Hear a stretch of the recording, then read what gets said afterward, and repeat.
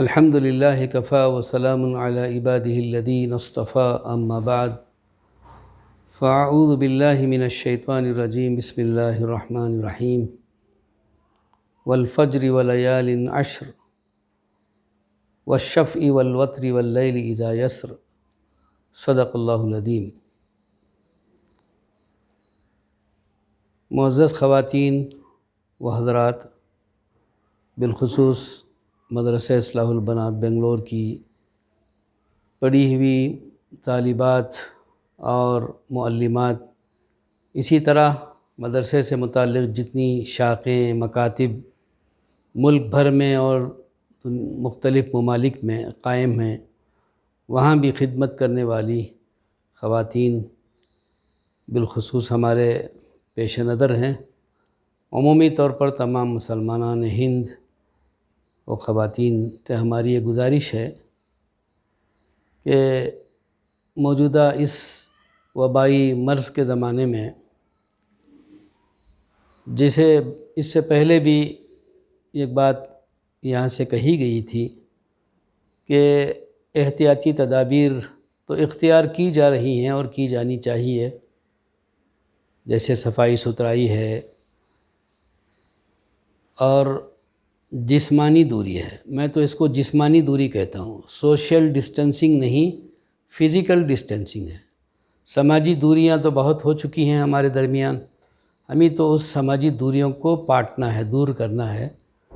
اس وقت پر جو ایک حکومتوں کی طرف سے گائیڈ لائن اور ہدایات جاری ہیں، جس کے اندر بار بار یہ کہا جاتا ہے کہ جسمانی دوریاں ہوں، اس کا بھی بہت لحاظ رکھنا چاہیے، بھیڑ بھاڑ زیادہ نہ ہو۔ اور یہ ساری یہ گویا کہ تدابیر ہیں، ہمارے دل اور دماغ اور ماہرین کے اطباء کے بتائے ہوئے یہ طریقے ہیں، اس کو ابھی اپنانا ضروری ہے۔ ساتھ ساتھ سب سے بڑھ کر جو اس وبائی مرض اور اس مشکل گھڑی میں ہمیں توجہ دینی ہے، وہ ان سارے اسباب کا جو رب اور ہم سب کا رب اور پوری کائنات کا خالق و مالک، اس کی طرف ہم سب کو ایک لخت متوجہ ہونا ہے، پورے طور سے متوجہ ہونا ہے۔ جیسے انگریزی میں کہا جاتا ہے in total submission to the will of Allah. اگر ہماری طرف سے یہ کام ہوگا، اجتماعی طور پر ہم سب اللہ کی طرف متوجہ ہوں گے، یقیناً اللہ کی رحمت جوش میں آئے گی، اور اللہ کا جو غضب اور غصہ اس وقت پر اس کا ظہور ہو رہا ہے، انشاءاللہ اس میں کمی آئے گی۔ لہٰذا اس وقت پورے ملک کے ہمارے بڑے بڑے اکابر علماء نے ان سے مشورے کے بعد یہ بات طے ہوئی ہے کہ ہم اپنے اپنے گھروں میں کچھ نہ کچھ اجتماعی اعمال کریں۔ آج اجتماعی اعمال سارے ختم ہو گئے، مساجد کے اندر بھی اجتماعی اعمال کا نظام ختم ہو گیا۔ دعوت و تبلیغ کی محنت جس کا پورا اثر جس کا اثر پوری دنیا میں پڑ رہا ہے، پڑ رہا تھا، اس کے اندر بھی ایک دم سے بڑی کمی آ گئی۔ اسی طرح سے ہمارے مدارس بھی بند ہو گئے، اور ہماری خانقاہیں جہاں ہمارے اکابر اللہ والے اللہ کی طرف ہمیشہ متوجہ رہتے، اللہ کی رحمتوں کو متوجہ کراتے، وہ سلسلہ بھی اس وقت بند پڑا ہوا ہے۔ ایسے نازک ترین حالات کے زمانے میں ہمیں اللہ کی طرف کس طرح متوجہ ہونا چاہیے، اس سلسلے میں ہمارے ملک کے سارے بڑے مقتدر علماء نے، حضرت مولانا سید محمد رابع حسنی ندوی دامت برکاتہم عمت فیوضہم، ان سے رابطہ کیا گیا تو حضرت نے فرمایا کہ دو باتیں ہیں، ایک استغفار کا اہتمام، دوسرا دعاؤں کا اہتمام۔ اسی طرح ملک کے سارے بڑے اکابر سے رابطہ ہوا، سبوں نے کچھ نہ کچھ وصیتیں نصیحتیں کی۔ کسی بزرگ نے فرمایا کہ حقوق جو ہم پر عائد ہیں دوسروں کے، اس کو ادا نہیں کریں گے تو تب بھی اللہ کی طرف سے پکڑ ہوگی، لہٰذا ہمیں حقوق کو ادا کرنا چاہیے۔ ایک بزرگ نے فرمایا کہ صدقہ و خیرات کا اہتمام ہونا چاہیے۔ حضرت محتمم صاحب دارالعلوم دیوبند کے، آپ نے فرمایا کہ درود شریف کا اہتمام ہو۔ حضرت مولانا خالد سیف اللہ صاحب نے بھی یہی فرمایا اسی طرح بعض بزرگوں نے یا سلامو کہا۔ حضرت مولانا عاقل صاحب سے بات ہوئی تو حضرت مولانا نے فرمایا کہ حضرت شیخ الحدیث نور اللہ مرقدہ ایسے مواقع پر سورہ کہف کی تلاوت اور ربنا ظلمنا انفسنا اس کا اہتمام کرنے کے لیے کہا تھا، تو لہٰذا ان ساری چیزوں کو ایک جا اور سمیٹ کر اس کو جمع کر لیا گیا ہے۔ لہذا ہماری یہ گزارش ہے ہماری ان ساری مستورات سے، طالبات سے، ان کے سرپرستوں سے، ان کے ذمہ داروں سے، بلکہ عمومی طور پر تمام مسلمانوں سے کہ ہم اپنے گھروں میں اجتماعی عمل کو شروع کریں۔ روزانہ ذکر و تلاوت کا ماحول ہو، نمازوں کا اہتمام ہو، اور روزانہ دعاؤں، صبح و شام کی دعاؤں کا اہتمام ہو۔ جیسے بڑی مجرب دعا سرکار دو عالم سرور کونین نبی کریم علیہ السلام نے فرمائی ہے، بسم اللہ الذی لا یضر مع اسمہ شیء فی الارض ولا فی السماء، یہ 3 مرتبہ صبح شام پڑھنا ہے۔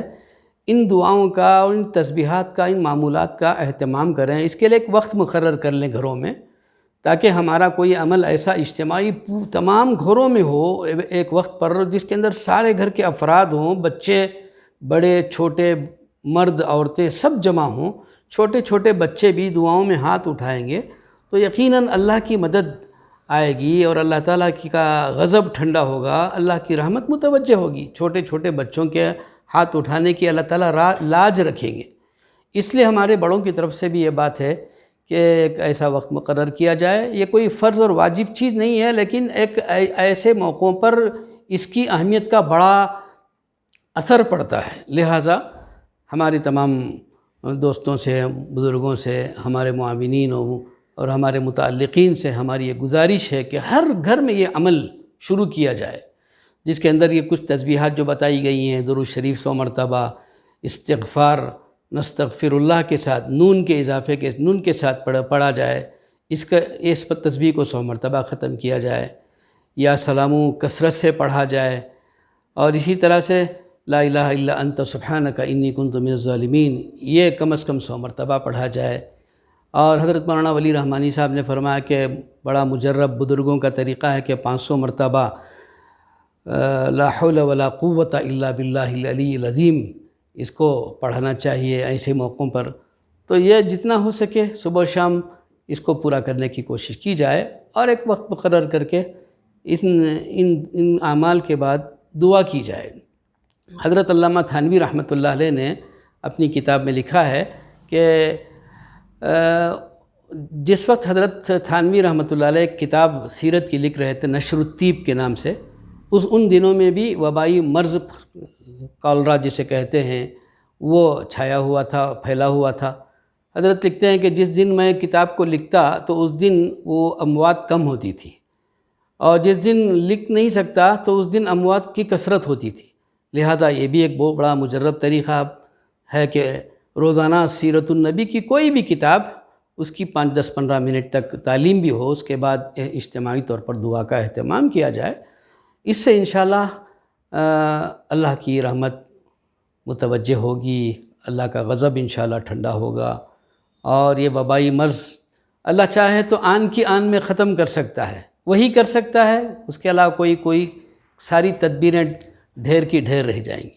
اس لیے اللہ کو منوایا جائے، اللہ سے مانگا جائے، گڑ گڑایا جائے، اللہ کے حضور میں گویا کہ طلب کیا جائے اپنی بے بسی، اپنی درماندگی، اپنی بے چارگی، اور اپنی گویا کہ بے حیثیتی، کم وقعتی، اور اپنی بندگی کا اظہار اللہ کے حضور میں کرتے ہوئے اپنی ناک کو، اپنی پیشانی کو اللہ کے حضور میں رگڑ کر اللہ سے مانگا جائے تو یقیناً انشاءاللہ اللہ کی ذات سے امید ہے کہ اللہ تعالیٰ ان حالات کو بدل لیں گے انشاءاللہ، اور پھر سے حالات بہتر بنیں گے۔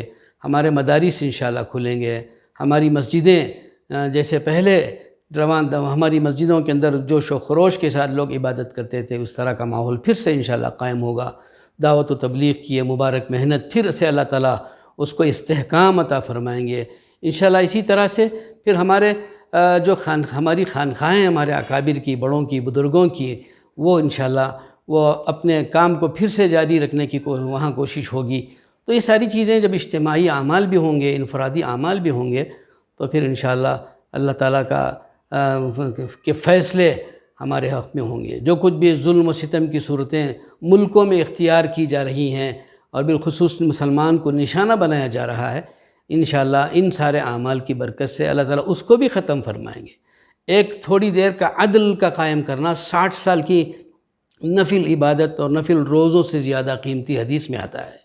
تھوڑی دیر کا ظلم کر دینا 60 سال کی کے گناہوں سے زیادہ بدترین عمل ہے۔ لہٰذا جو ظلم اور ستم کے پہاڑ توڑے جا رہے ہیں مظلوموں پر، انشاءاللہ اللہ تعالیٰ اس کے بھی قمع کے فیصلے اور صورتیں شکلیں پیدا فرمائیں گے، اور دنیا میں پھر سے عدل و انصاف قائم ہوگا اور خیر و برکت کے اللہ کی طرف سے فیصلے ہوں گے۔ اس لیے ہماری یہ گزارش ہے، آپ کے پاس سے بھیجا بھی گیا ہوگا، پہلا پرچہ آپ کو ملا ہوگا جس کے اندر انگریزی میں بھی ہے، اردو میں بھی ہے، تمل میں ترجمہ اس کا ہوا ہے، ملیالم میں ہوا ہے، کنڑا میں ہوا ہے۔ یہ جو پیغام ہمارے اکابر کی طرف سے ہے اس کو دیکھیں، پڑھیں اور اس کا اہتمام خود بھی کریں، اور اپنے دوستوں میں، رشتہ داروں میں، اپنے علاقوں میں، اپنے محلوں میں اس بات کو چلانے کی کوشش کریں۔ اس سے انشاءاللہ اللہ کی ذات سے امید ہے کہ اللہ تعالیٰ اس سلسلے میں ضرور اللہ کی رحمت متوجہ ہوگی، اللہ تعالیٰ کچھ فیصلے فرمائیں گے۔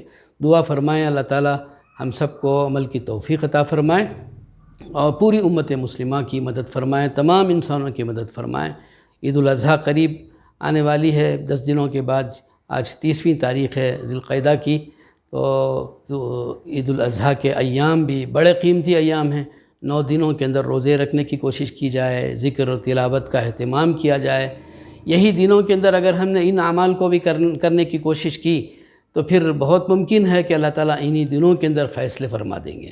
اس لیے ان 9 دنوں کی اور ان 10 دنوں اور 10 راتوں کی، بلکہ 9 دنوں نہیں، 9 دن روزے رکھنے کے ہیں، بلکہ 10 دن اور 10 راتیں جاگنے کی راتیں ہیں اور مانگنے کے دن ہیں، ان دنوں کا اہتمام ضرور کرنا چاہیے۔ عید الاضحیٰ کے سلسلے میں جو بہت ساری تفصیلات بہت موقعوں پر شائع کی جا چکی ہیں اور اس کا اہتمام لوگ کرتے رہتے ہیں، تو ان ساری مسنون چیزوں کو اور واجبات کو ادا کرنے کی کوشش کی جائے۔ اللہ تعالی ہم سب کو عمل کی توفیق عطا فرمائے۔ وآخر دعوانا الحمدللہ رب العالمین۔